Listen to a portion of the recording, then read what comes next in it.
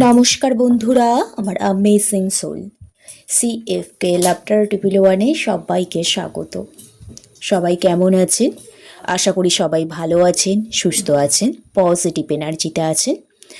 তো আমি চাই আপনারা সবসময় ভালো থাকুন, পজিটিভ এনার্জিতে থাকুন। তো একদিনে পজিটিভ এনার্জি আনা যায় না। যতই আপনি ভাববেন রোজ ডেলি পজিটিভ এনার্জিতে থাকবেন, বাস্তবে পজিটিভ এনার্জি একদিনে অবশ্যই থাকা যায় না। নেগেটিভ এনার্জির মধ্যে দিয়েও 10 মিনিট, 5 মিনিট, আধ ঘন্টা একটু পজিটিভ এনার্জিতে থাকার চেষ্টা করুন। মনের মধ্যে যে আমাদের ময়লা আছে সেগুলো একদিনে কি চলে যায়? দুঃখ কষ্টগুলো কি একদিনে চলে যায়? যায় না।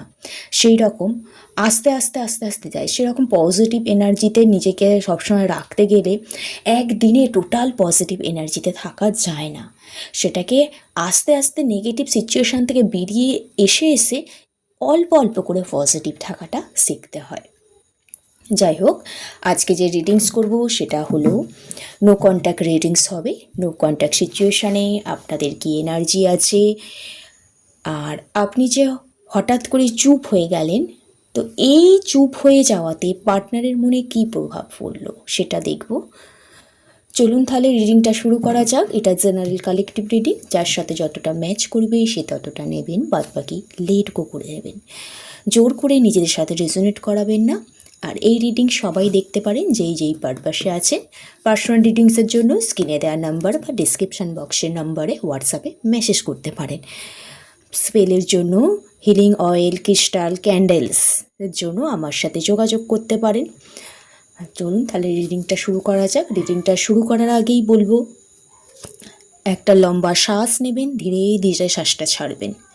আপনার 3বার নাম বলবেন। আপনার যদি পার্টনার থেকে থাকে অবশ্যই পার্টনারের 3বার নাম বলবেন। আর আপনি যাকে বিলিভ করেন, ঈশ্বর, দেবদেবী, গড, ইউনিভার্স, তাকে একটু স্মরণ করে নেবেন। চলুন তাহলে শুরু করা যাক। আর সবাই এনার্জি এক্সচেঞ্জের জন্য লাইক কিন্তু মাস্ট। সবাই লাইক করে তবেই কিন্তু ভিডিওটা দেখবেন, কমেন্ট করবেন, ওকে? আর যারা নতুন এসেছেন চ্যানেলটি সাবস্ক্রাইব করবেন। চলুন তাহলে দেখে নেওয়া যাক আজকে আপনাদের কি এনার্জি আছে। নো কন্ট্যাক্ট সিচুয়েশানে আপনাদের কি এনার্জি আছে? নো কন্ট্যাক্ট সিচুয়েশানে আমার ভিউয়ার্স, আমার সাবস্ক্রাইবারদের কি এনার্জি আছে? 5 অফ ওয়ান্ডস।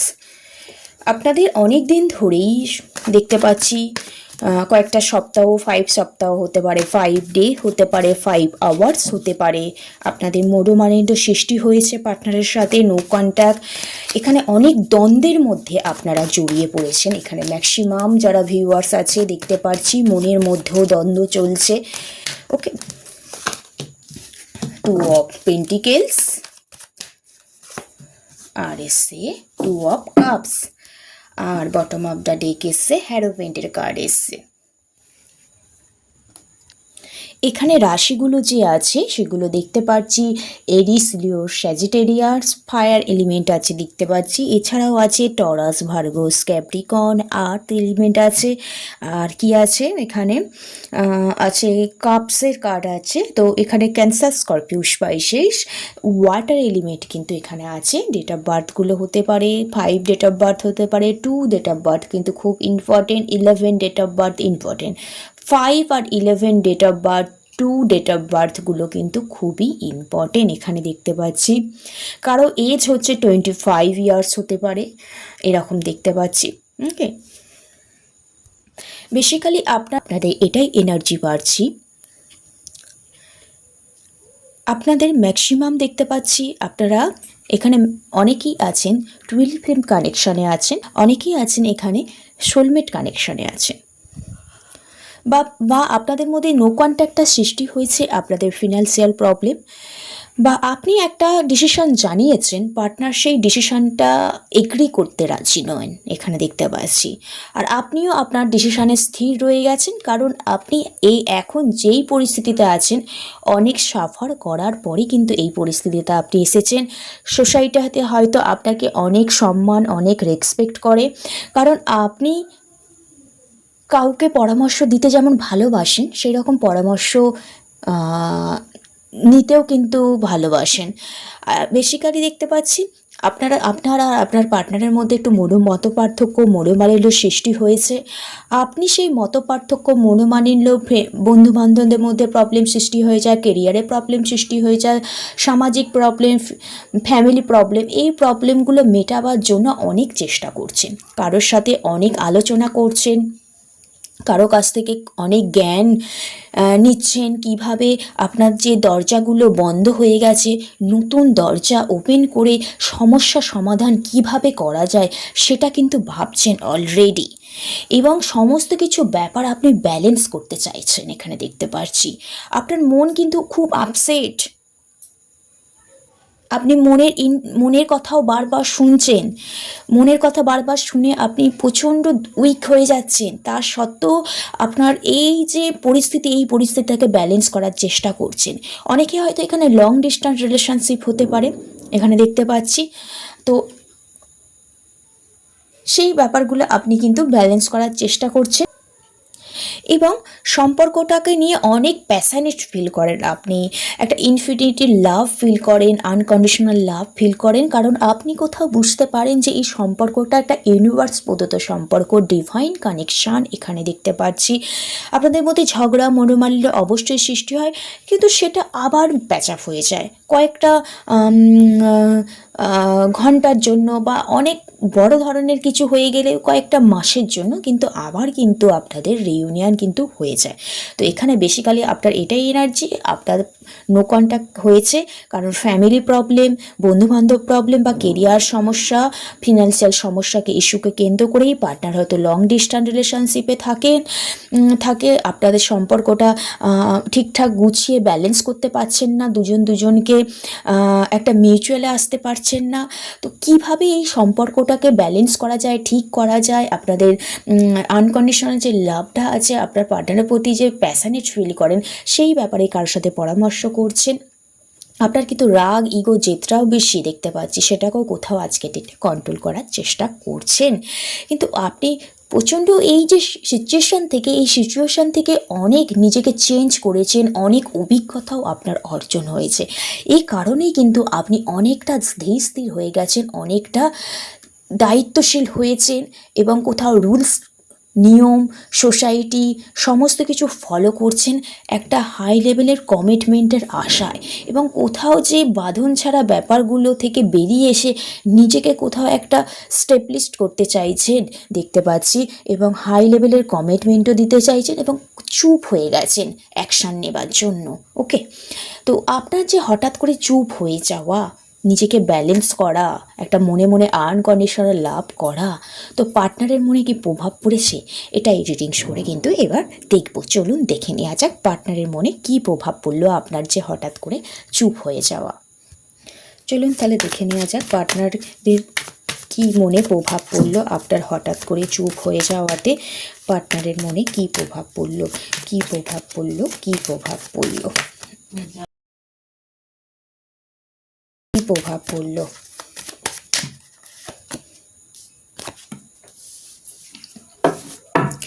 আচ্ছা, এখানে আসছে কি 8 অফ পেন্টিকেলসের কার্ড এসেছে, 9 অফ পেন্টিকেলস, দ্য চ্যারিয়ট, আর এসেছে ডেথের কার্ড।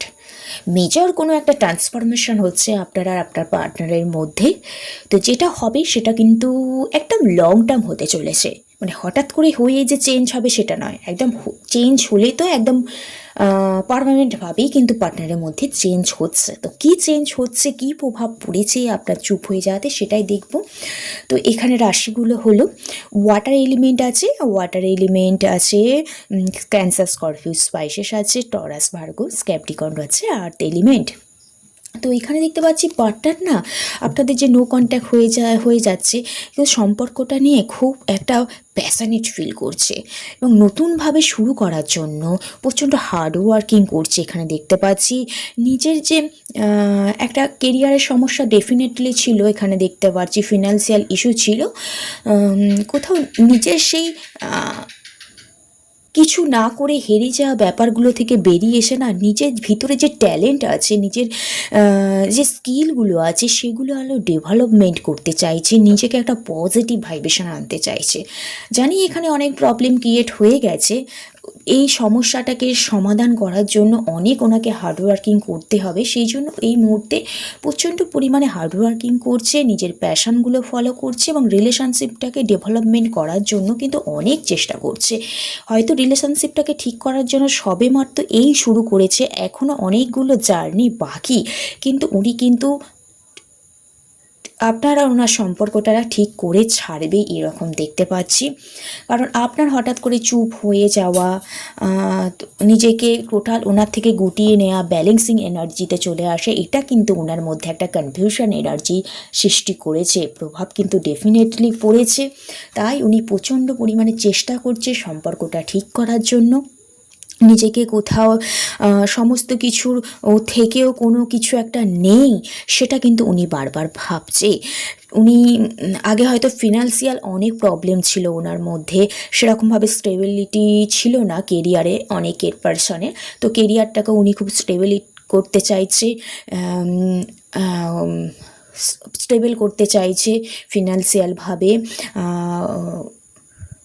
লাক্সারি লাইফ আপনাকে গিফট করতে চাইছে এবং আপনার সাথে কোথাও যোগাযোগ করতে চাইছে, কমিউনিকেশন করতে চাইছে এবং কারো থ্রু আপনাকে জানতে চাইছে। প্রচণ্ড পরিমাণে সোশ্যাল মিডিয়াতে কোনো পার্সন হয়তো স্টক করছে, এটাও হতে পারে, স্টোরি দেখছে, এটাও দেখতে পাচ্ছি। ওকে, কোথাও নিজেকে কমফোর্ট জোনে রেখে, অথচ নিজেকে কমফোর্ট জোনে রেখে তো আপনার খোঁজখবর নিচ্ছে, কিভাবে সম্পর্কটাকে ঠিক করা যায়, নো কন্ট্যাক্ট সিচুয়েশন থেকে বেরিয়ে এসে আবার কমিউনিকেশন করা যায়, সেটা কিন্তু চেষ্টা করছে। অলরেডি উনি একটা প্রসেস নিতে চলেছে আপনার জন্য, অ্যাকশান নিতে চলেছে দেখতে পাচ্ছি, একটা ডিরেকশান তৈরি করতে চলেছে। কারণ ওনার মধ্যে একটা জয়ের এনার্জি, আপনার যে ওনার লাইফ থেকে নিজেকে সরিয়ে ফেলা, ওটা উনি কিন্তু মেনে নিতে পারছে না। কোথাও একটা নতুন একটা জার্নি উনি স্টার্ট করছে এবং ওনার লাইফে যে নেগেটিভ মানুষগুলো ছিল সেগুলো উনি দূরে রেখে পার্টনার নতুন জার্নি স্টার্ট করতে চাইছে এবং যা কিছু হয়েছে সেগুলো উনি এন্ড করে নতুনভাবে নিউ বিগিনিং করতে চাইছে, লাইফটা চেঞ্জ করতে চাইছে, ট্রান্সফরমেশন আনতে চাইছে এবং যে সিচুয়েশানগুলো চলছিল সেই সাইকেলগুলো এন্ড করতে চাইছে। কোথাও উনি একটা ওনার মধ্যে একটা মিস্ট্রি ব্যাপার চলছে এবং উনি কোথাও আধ্যাত্মিকতার পথে কিন্তু একটু চালিত হচ্ছে, একটু স্পিরিচুয়াল জার্নি ওনার মধ্যে অ্যাগনিভ হচ্ছে, এখানে দেখতে পারছি। তাহলে আপনার এনার্জি এটাই, আপনার আর আপনার পার্টনারের মধ্যে নো কন্ট্যাক্ট সিচুয়েশান হয়েছিল, আপনি নিজেকে কোথাও গুটিয়ে নিয়েছেন, ব্যালেন্স করে নিয়েছেন, কারোর পরামর্শ নিচ্ছেন কিভাবে সম্পর্কটাকে ঠিক করা যায়। হঠাৎ করে যে আপনার এই পরিবর্তন পার্টনারের মনেও কিন্তু নাড়া দিয়েছে, উনি আপনার সাথে কমিউনিকেশন করতে চলেছে, সেই ব্যাপারে উনি প্রচণ্ড হার্ডওয়ার্কিং করছে, নতুন একটা জার্নি স্টার্ট করতে চলেছে, বা রেডি যাকে বলে, গাড়ি ছাড়ার অপেক্ষা, এবং নতুনভাবে সমস্ত কিছু নিউ বিগিনিং করতে চলেছে, নিজেকে একটা ট্রান্সফরমেশন কিন্তু করতে চলছে আপনার পার্টনার। দেখে নেব নো কন্ট্যাক্ট সিচুয়েশানটা কতদিনে এন্ড হবে। পার্টনারের মনে তো প্রভাব পড়েছে, আপনাকে নিয়ে কমিউনিকেশন করতে চাইছে, কোনোভাবে যোগাযোগ করতে চাইছে, আপনার প্রতি প্যাশনেট ফিল করছে, ইমোশনাল অ্যাটাচমেন্ট বেড়েছে, হার্ডওয়ার্ক করছে, আপনার জন্য একটা লাক্সারি লাইফ দিতে চলেছে, ফিনান্সিয়াল পার্টনার ইস্যু থাকলে স্টেবল হতে চলেছে। তো কতদিনে রিইউনিয়ন হতে চলেছে দেখে নেব। এই যে সম্পর্কটা নো কন্ট্যাক্ট সিচুয়েশানটা কতদিনে এন্ড হতে চলেছে, আদৌ কি এন্ড হবে?